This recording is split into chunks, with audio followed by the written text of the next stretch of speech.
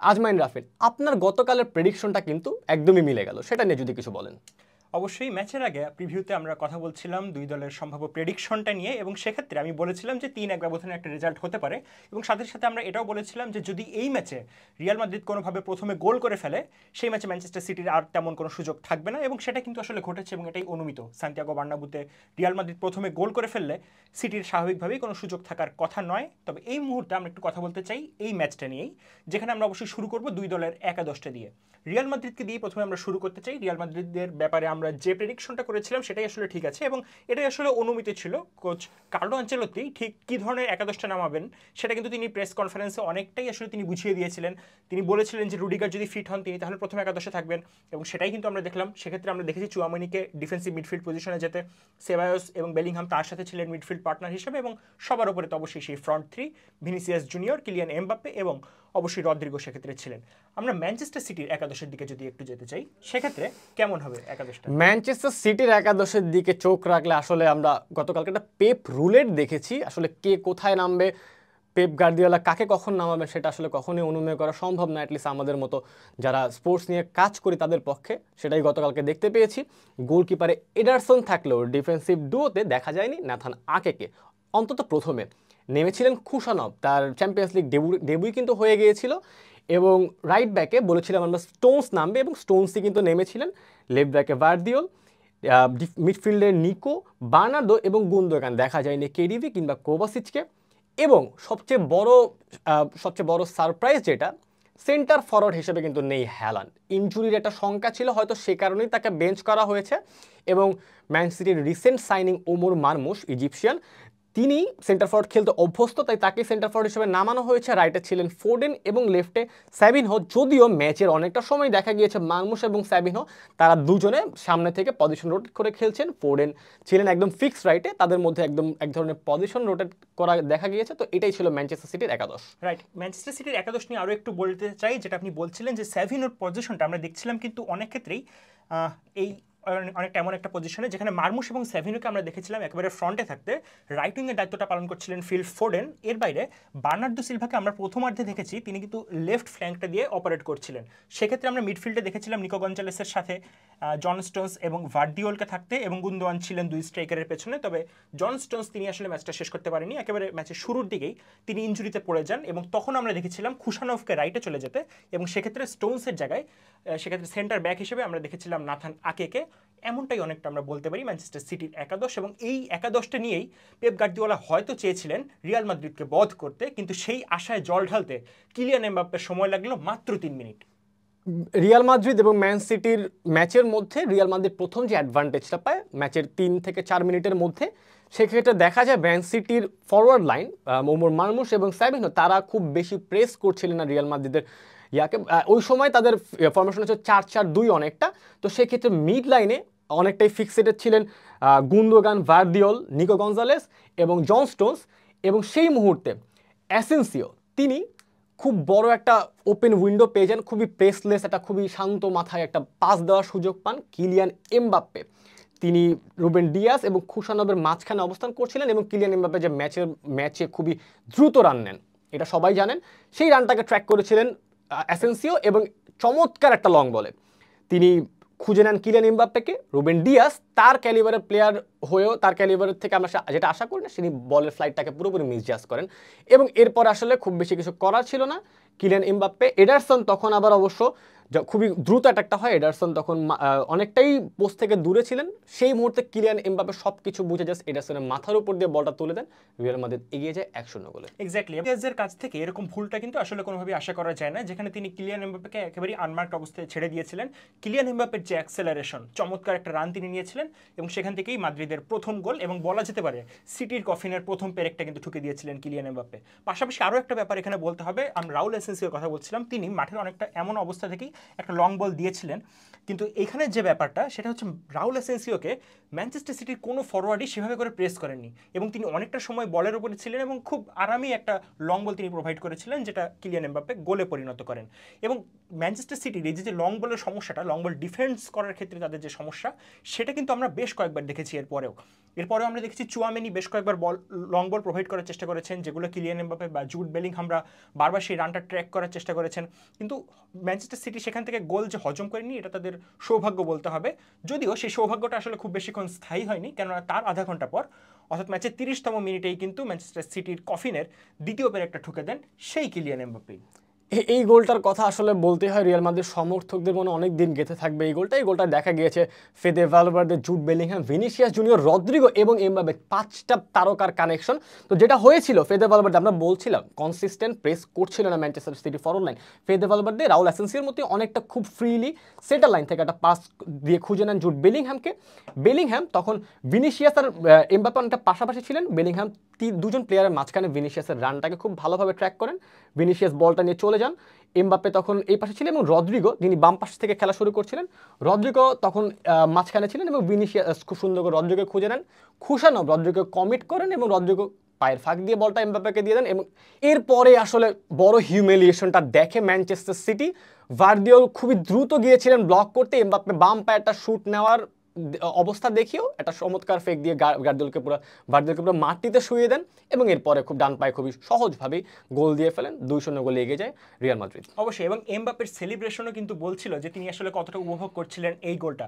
গার্দিওল যখন মাটিতে পড়েছিলেন তার দিকেও কিন্তু অনেকটা ইঙ্গিত করেছিলেন সেক্ষেত্রে কিলিয়ান এমবাপ্পে। এবং ম্যানচেস্টার সিটির কথা বলতে হয়, ম্যাচের এই যখন প্রথম 30 মিনিট বা প্রথম 45 মিনিট তারা কিন্তু ম্যানচেস্টার সিটি রিয়াল মাদ্রিদের যে বক্সে বা রিয়াল মাদ্রিদের অর্ধে একেবারেই নখদন্তহীন আক্রমণ করছিল। অর্থাৎ তাদের আমরা যদি বলি যে গোলের শট নেওয়া কিংবা বিগ চান্স ক্রিয়েট করা সব কিছুই কিন্তু ছিল প্রায় শূন্যের কাছাকাছি। ওমর মারমুশ, স্যাভিনো বা ফোডেন অথবা তার পেছনে নিকো গঞ্জালেস, বার্নার্দো সিলভারা আসলে একেবারেই রিয়াল মাদ্রিদের জালে বল পাঠানোর মতো পরিস্থিতি তৈরি করতে পারেননি। এবং ম্যাচের দ্বিতীয় অর্ধেও আমরা দেখছিলাম যে রিয়াল মাদ্রিদের আক্রমণের ধারাটা কিন্তু অব্যাহতই ছিল।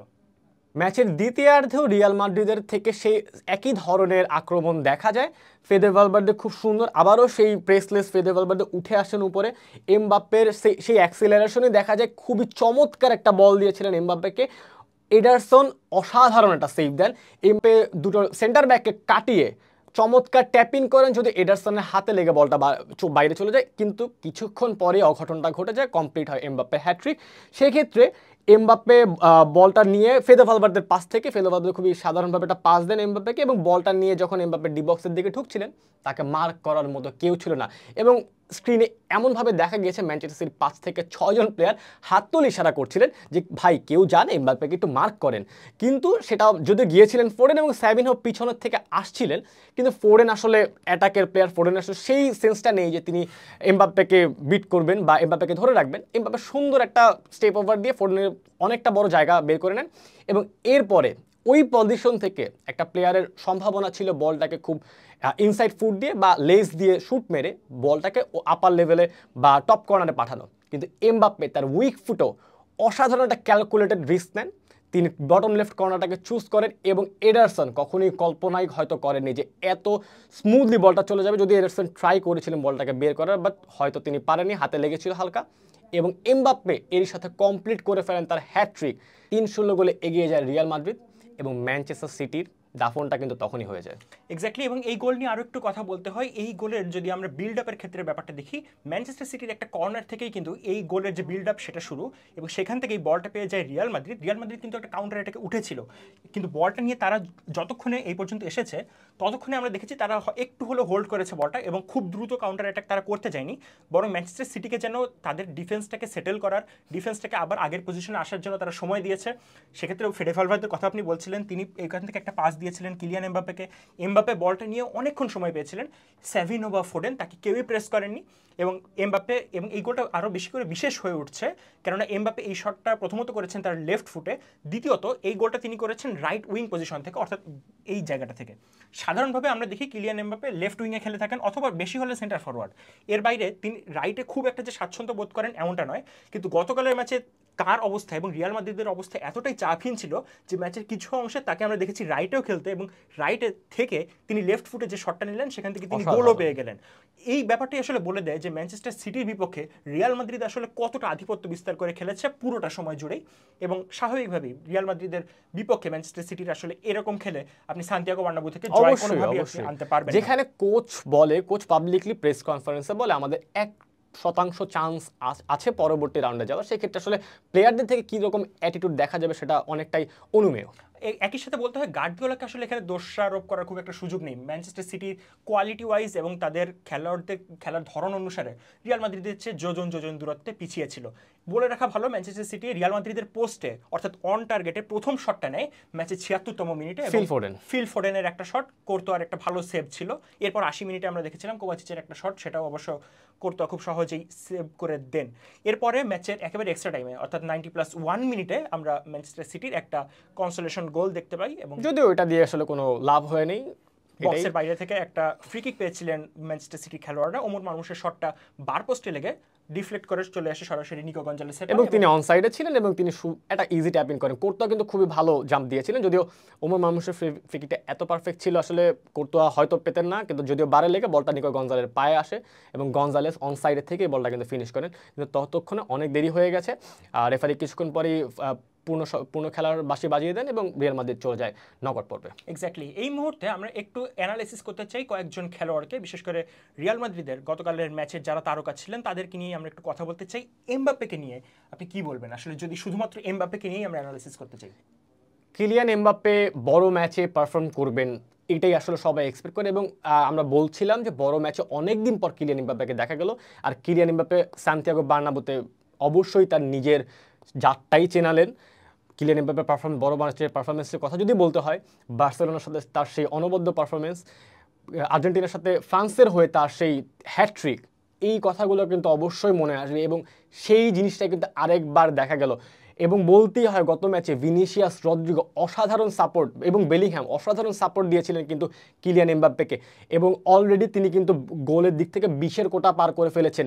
এবং সামনে যদি এভাবেই চলতে থাকে খুব সম্ভবত আমরা অ্যানাদার লেজেন্ড ইন মেকিং, আরেকজন লেজেন্ডকে দেখতে পারবো রিয়াল মাদ্রিদের জার্সিতে। অবশ্যই। এবং কিলিয়ান এমবাপ্পের কথা যেটা বলছিলেন আপনি, বার্সেলোনার বিপক্ষে পিএসজির হয়ে তিনি একটা হ্যাটট্রিক করেছিলেন 2020-21 মৌসুমে, এবং সেইখানে বিশ্বকাপের ফাইনালে সেই দারুণ হ্যাটট্রিকটা তো রয়েছেই। সব মিলিয়ে কিলিয়ান এমবাপ্পেময় একটা রাতই আমরা দেখলাম। তবে তার পাশাপাশি যেটা আপনি বলছিলেন ভিনিসিয়াস, রদ্রিগো বা বেলিংহামের কথাটাও বলতে হয়। ফেডে ভালভার্দে যিনি অধিনায়ক হিসেবে গতকালের ম্যাচে খেলেছেন এবং রাইট ব্যাক পজিশনটা তিনি যেন নিজের করেই নিয়েছেন, এমনটাই আমরা দেখতে পাচ্ছি। তাদের কথা আসলে বলতে হয়, রদ্রিগোর কথা বিশেষ করে বলতে হয়। মাদ্রিদের এই দলের আনসাং হিরো আমরা হয়তো বলতে পারি রদ্রিগোকে। এবং গতকালের ম্যাচে যদি আমরা দেখি তার 30 তিনি পাস দিয়েছেন, প্রত্যেকটা পাস ছিল অ্যাকুরেট, 100% অ্যাকুরেট পাস। এক্স্যাক্টলি। এটা কিন্তু সাধারণত দেখা যায় না একজন উইঙ্গারের কাছ থেকে। তিনি এর পাশাপাশি তিনি ডিফেন্সে দলকে হেল্প করেছেন বেশ কয়েকবার, একটা অ্যাসিস্ট তার রয়েছে, আরও হয়তো তিনি পেতে পারতেন, গোলেরও তিনি সুযোগ তৈরি করেছিলেন। সব মিলিয়ে রদ্রিগো একজন আনসাং হিরো আমরা বলতে পারি মাদ্রিদের হয়ে থাকে। কিন্তু এই রদ্রিগোর ইম্প্যাক্টটা আসলে অনেক বেশি। যেমন ইম্প্যাক্টটা রাখছেন ফেডে ভালভার্দেও, রাইট ব্যাক পজিশনটা তার নিজের নয়, কিন্তু তার খেলা দেখে আসলে বোঝার উপায় নেই যে তিনি আসলে ন্যাচারাল রাইট ব্যাক নন।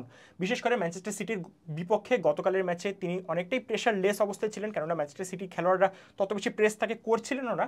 কিন্তু তারপরও তিনি ডিফেন্সে হেল্প করা পাশাপাশি অ্যাটাকেও যে হেল্প করা, ক্রস করা, চমৎকার সব অ্যাকুরেট ক্রস করা, এমবাপ্পেকে একটা অ্যাসিস্ট করা, সব মিলিয়ে ফেডে ভালভার্দের জন্য এটা একটা বিশেষ রাত ছিল অবশ্যই।